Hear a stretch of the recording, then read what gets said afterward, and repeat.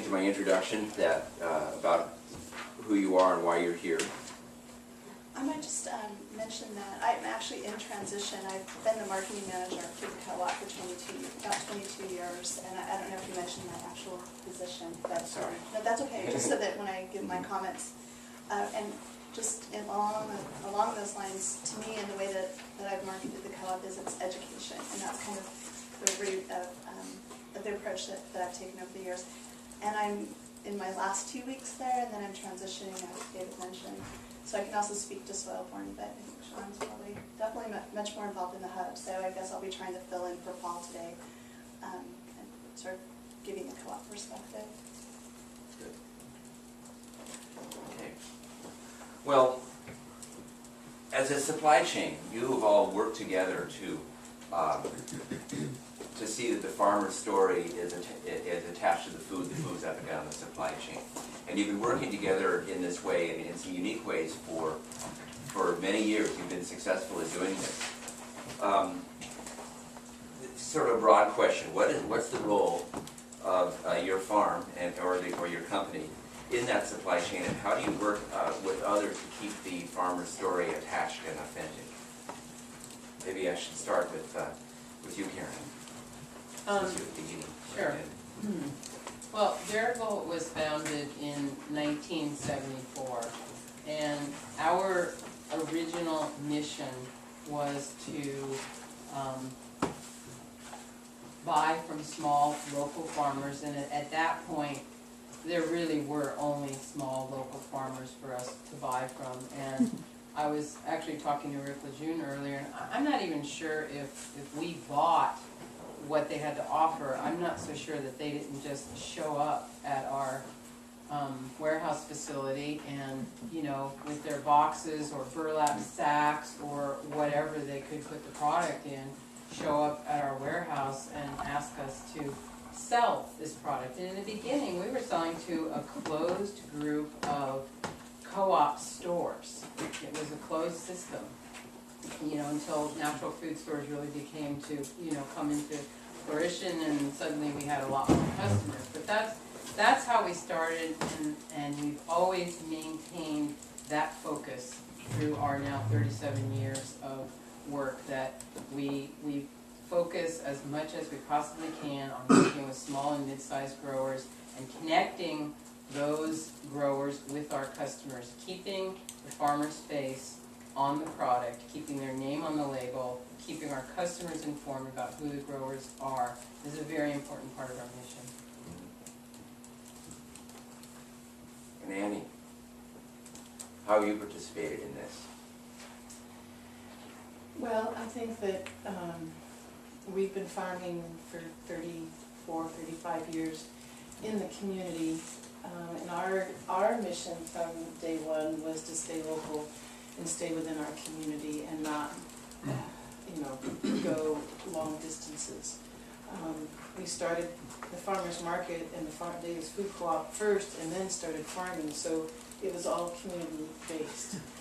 So selling at the farmers market for 34, 35 years is one way to keep their face on the farmer, so to speak, because I'm there twice a week. And I think that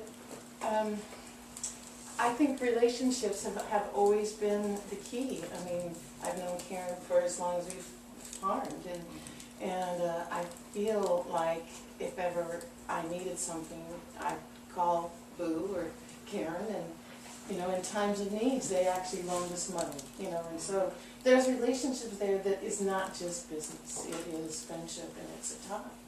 And I think that is the, you know, we've kept, as you notice, we all hugged each other. That's because we've all known each other for a long time, and it is a relationship and a business. And the two are of importance. And, you know, keeping in touch with the SAP Co-op and doing tasting demos and farmer luncheons and taking the time to put our face out there in the community is how we keep our authenticity of who we are with each of the entities that we have done business with over the years. And Janet, what role do you play here? Yeah, and I would just kind of pick up on 22 years ago, and we're a consumer co-op, so it's our mission as well. We sell the best quality food that we can get, and also we have another part of our mission, which is education, to be a trusted source of information. And so pretty much what Karen's saying, when I got involved with the co-op, we had local growers selling to us, and we had Veritable selling to us, buying from other small growers. So that was always at the root of our cooperative. And when I think, like I was sort of reflecting on this, what's the healthiest food you can get in the store? It's produce, without a label and a package most of the time, right? So the farmer's story and what got the food to the store, where it came from and who cared about it, that's what we were trying to do. So we just, and that's the thing for me this whole time, I think about Annie and Jeff and the other farms that we buy from that grow for us, and that's what gave me the energy and the enthusiasm to wake up every day and do my job. I saw myself as an extension of what they were doing. Not truly probably wouldn't make it if I was trying to do that work, but doing my part. And even the beginning of knowing the farmer stories came from VB, because as our supplier, they were always committed to the farmers and the farmer stories. So they would share information with us. So when I hear these plans about the hub and the information that can be shared, really from the get-go, I mean, it was maybe a little bit rough, but we were getting it directly from the growers by having the friendships, by having the relationships, by having them come to the back door, and as well as our supplier.